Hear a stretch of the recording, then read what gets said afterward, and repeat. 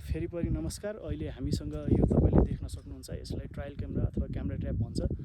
यो भनेको चाहिँ वन्यजन्तु संरक्षण को खण्डमा यो प्रयोग हुने क्यामेरा ट्र्याप एकदम महत्त्वपूर्ण। वन्यजन्तुको अध्ययन गर्न, मोनिटरिङ गर्न, कुन लोकेसनमा राख्दा हामीले ठिक हुन्छ त्यो पत्ता लगाउन यो क्यामेरा ट्र्याप हामीले राख्ने गर्छ। र यो राख्दाखेरि हामीले दुई तीनवटा कुरा एकदम महत्त्वपूर्ण हुन्छ, त्यो चाहिँ ध्यान पुर्याउनु पर्ने हुन्छ।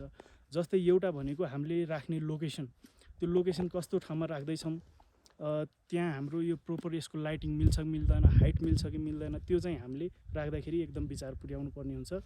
अर्को भनेको यो काम कसरी गर्छ त, काम गर्ने प्रक्रिया यसको जान्नु पर्यो। जस्तै यो क्यामेरा ट्र्यापको यसको सिम्पल प्रिन्सिपल के हो भने यसले चाहिँ मोसन सेन्सरको उसमा चाहिँ काम गर्ने हो। यसको अगाडि तपाईँले जस्तै हामीले यसरी राख्यो भने केही पनि कुनै पनि जनावर अथवा मान्छे नै पनि भनौँ न, यसको अगाडि मुभमेन्ट भयो भने यसको सेन्सरलाई चाहिँ क्याप्चर गरेर त्यो मुभमेन्ट क्याप्चर गर्ने हो, इमेज चाहिँ त्यसरी पर्छ।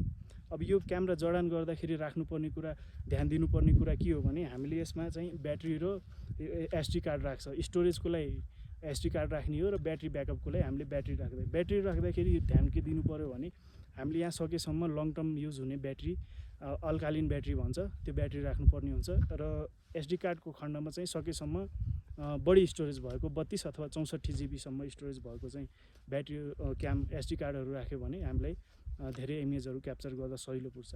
अर्को एउटा ध्यान दिनुपर्ने कुरा के हो भने यसको अब हामीले कुन प्रजातिको लागि यसको प्रयोग गर्न खोजेको हो।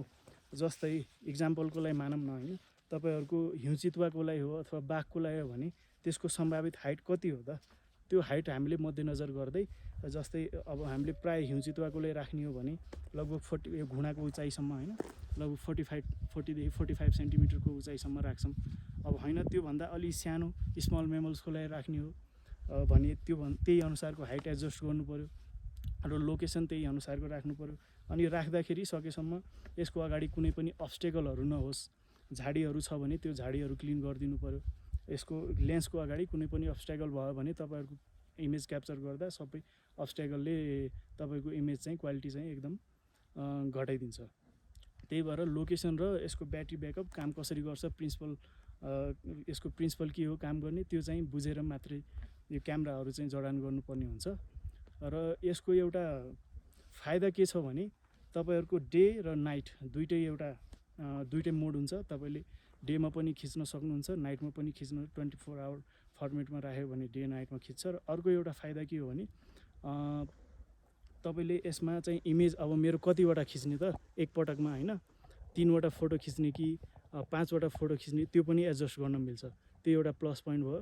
अर्को भनेको भिडियो लेन्थ पनि हामीले एडजस्ट गर्न मिल्छ। 10 सेकेन्डको भिडियो खिच्ने हो कि हामीले आफ्नो कुन पर्पजको लागि हामीले राखिरहेको 10 सेकेन्ड अथवा 20 सेकेन्ड 15 सेकेन्ड, त्यो आफ्नो स्टडीको पर्पज अनुसार चाहिँ फोटो र भिडियोको चाहिँ इन्टेन्सिटी कति हो राख्ने, फ्रिक्वेन्सी कति हो राख्ने, त्यो चाहिँ आफूले एडजस्ट गर्दाखेरि मात्रै राख्नु होला। तपाईँको परिचय? मेरो नाम चाहिँ अमित चौधरी। हाल म अन्नपूर्ण संरक्षण क्षेत्र इलाका संरक्षण कार्यालय जोमसम अन्तर्गत प्राकृतिक स्रोत संरक्षण सहायकको रूपमा कार्यरत छु।